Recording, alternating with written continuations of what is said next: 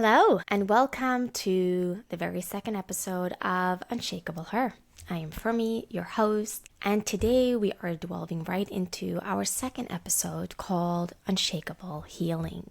Unshakable Healing discusses what healing looks like. So let's say you're in this journey and you're starting to become aware of what's going on, and you realize that I want to start and I just want to be able to tune in into my peace and work the chaos that's happening around me. So today we're just going to go into a little bit of an overview of what we can expect from the healing process and a little bit of my own experience going through it and the things that I learned along the way, because I had so many misconceptions about healing. Healing was something that was so hard for me to get into. For a long time, I knew that I needed to start healing. I knew that I needed to fix things. And for a long time, my ego just stood there in the way and it just did not let me. And I figured to myself, I don't need to do this, or I'm better than this, or I just need to pray a little bit more. Or I would find myself in positions where I would use outside things to sort of help me feel better on the inside. So that can look like,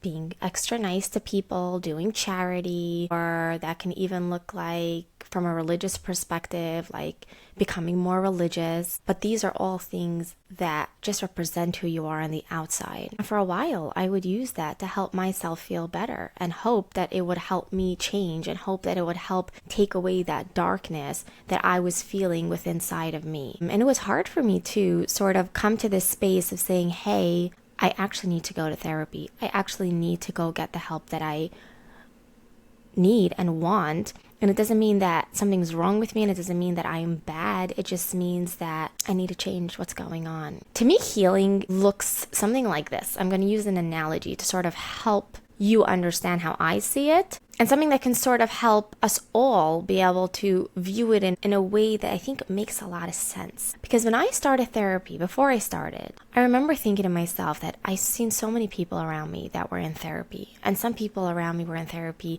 for years, and I just couldn't understand what was taking so long. Like, why was this journey taking so long for you? Shouldn't it be that you just go to therapy and after a little while you fixed it all and everything is good and you should just act like a normal person? Literally, this was what I used to think. And that was a big misconception that I had. And that was something that I needed to sort of learn on my own journey, that it's not the case. Or another misconception was that I would see people going through therapy and I'd see the nicest people around me starting therapy or starting this healing journey, and suddenly they'd become really rude or they'd become really mean. And I didn't understand. I'm like, isn't therapy supposed to help you become a better person? Why are you suddenly so mean?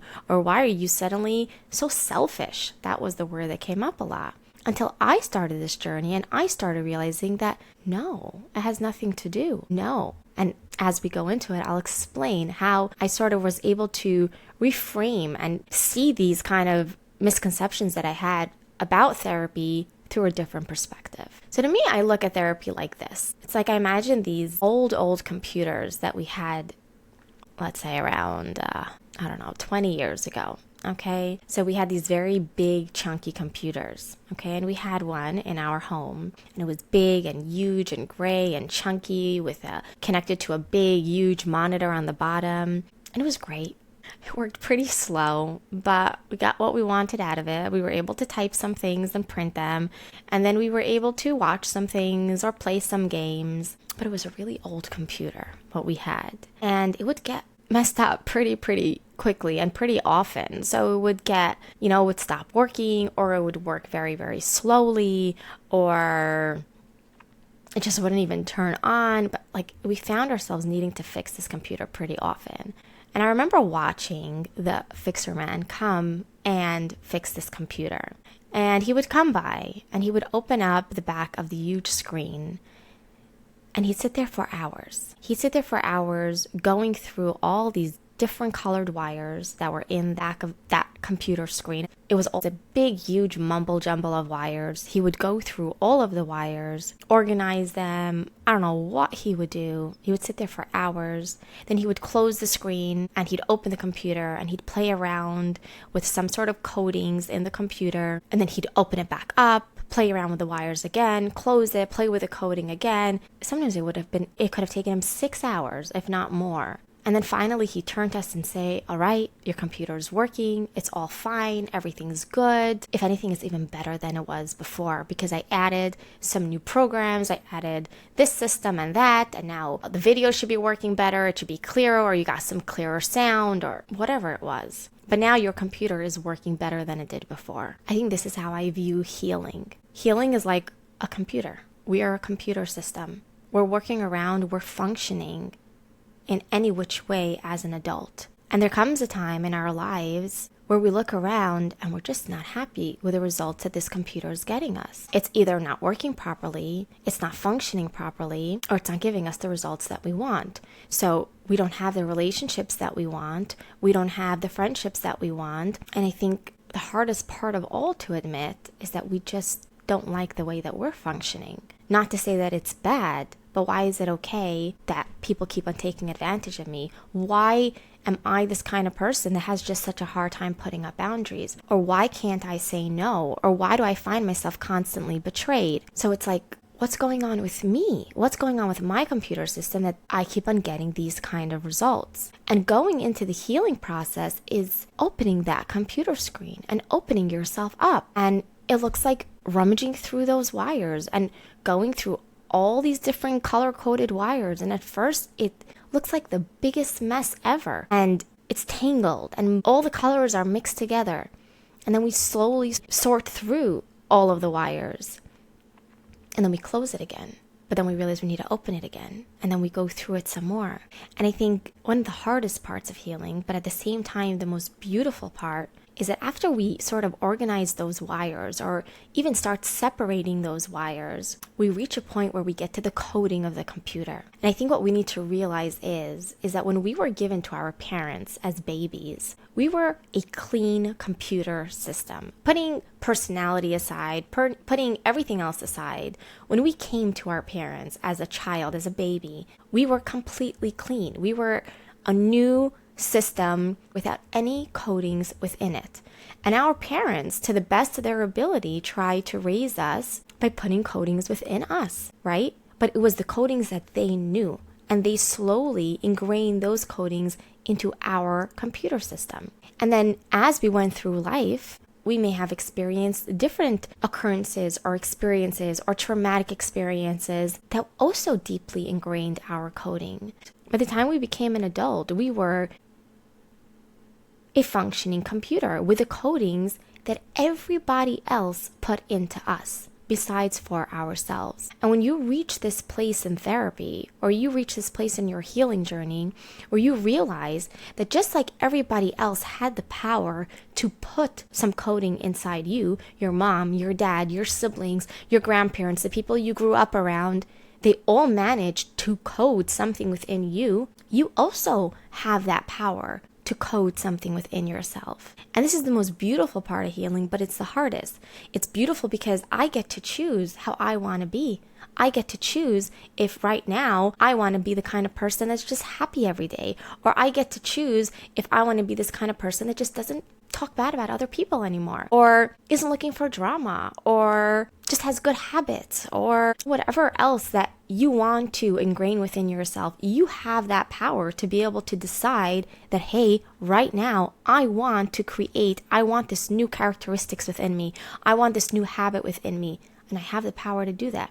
The hard part about it is that you are already a computer system. It's not like you're clean. It's not like you can just take a habit and erase it 1, 2, 3. It takes time. It takes practice. It's not easy, but it's beautiful because it gives you sort of this ability to be and do whatever you want. So healing to me is like fixing this computer system. I go through the wires. I go through the relationships that I have in my life. I start to sort them. I start to organize them and say, hey, does this person belong here? Or is this where I want this person to be? Or is my job the job that I want? Like, where is everything actually supposed to belong?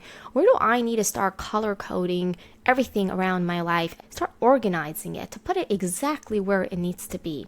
And sometimes we need to get rid of wires in order to get our system to be working again and to be working properly. And then we hit that coding space where I realized that I actually have this strength to recode myself. And then what happens is that I sort of close that computer system back up.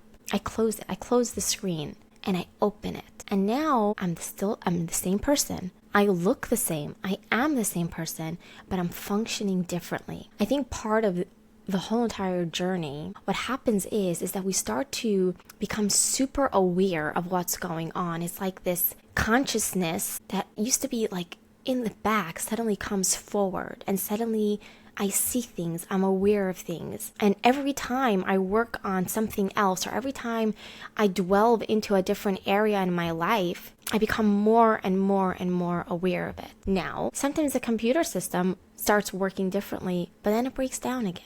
And this is this misconception that I had about therapy, thinking that, it should be a 1, 2, 3, fix it. It shouldn't be that I have to constantly stay in therapy. But I think to every person, their journey is different. Every person's journey can take a different amount of time. We don't know what that person went through. We don't know how many terrible codings were put into that person that they're constantly working through. Because the second thing I learned about therapy is that healing is not linear. It's not like I'm going onto this road and I'm driving down this beautiful highway and then I'm going to get to the other side and everything is going to be fine. It's not like that.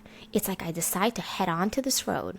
And this road is like the zigzaggiest road that you have ever seen, with bridges and tunnels, with days that you feel so great and so grateful that you're on this journey because of how much you see yourself within you change. And then there are days where it's so dark. It's like so dark because you just don't see the future. You don't see where this is taking you. And then there's some days where you just fall off the road. You completely forget you're on this road. You fall off the road. You revert to the same exact person you were before you went on to this road.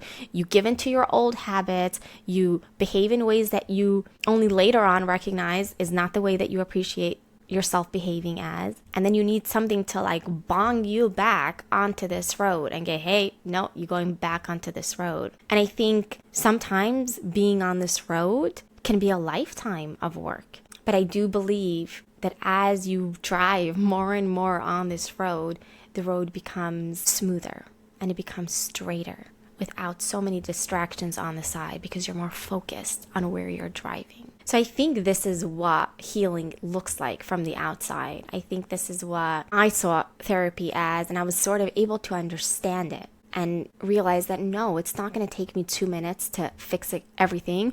I'm not going to be able to just sit in therapy for 6 months and then everything is going to be fine and I'm going to come out the other side just being the most perfect person that I can be. No, this is going to be a journey. It takes time, but it's so worth it because at the end of it, your computer system is just simply going to work differently. And I think the most beautiful thing of all of this is knowing that this power is within us. Every person, it's a matter of a choice. It's a matter of making this choice of saying, I'm going to change, or I don't like the results that's happening around me.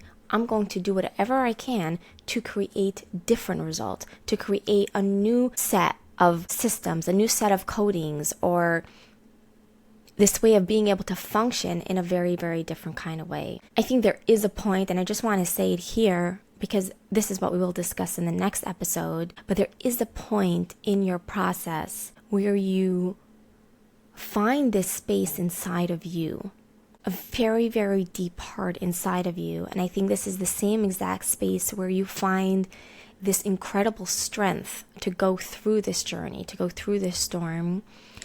And this space is like this tiny little GPS inside of you that it sort of guides you on this journey, and it sort of helps you be able to figure out who you are, what kind of codings you want, what kind of people you appreciate, what kind of hobbies do you like, what are your values, who are you really? And some can call this your soul. It's being able to sort of connect to this mystical part of you, which eventually becomes your guidance on this journey, on this beautiful road that you are on. Thank you for joining me. I really appreciate all the support that I got from my first episode, and thank you for joining me again on the second episode, and I look forward to our third episode, which will be called Unshakable Identity.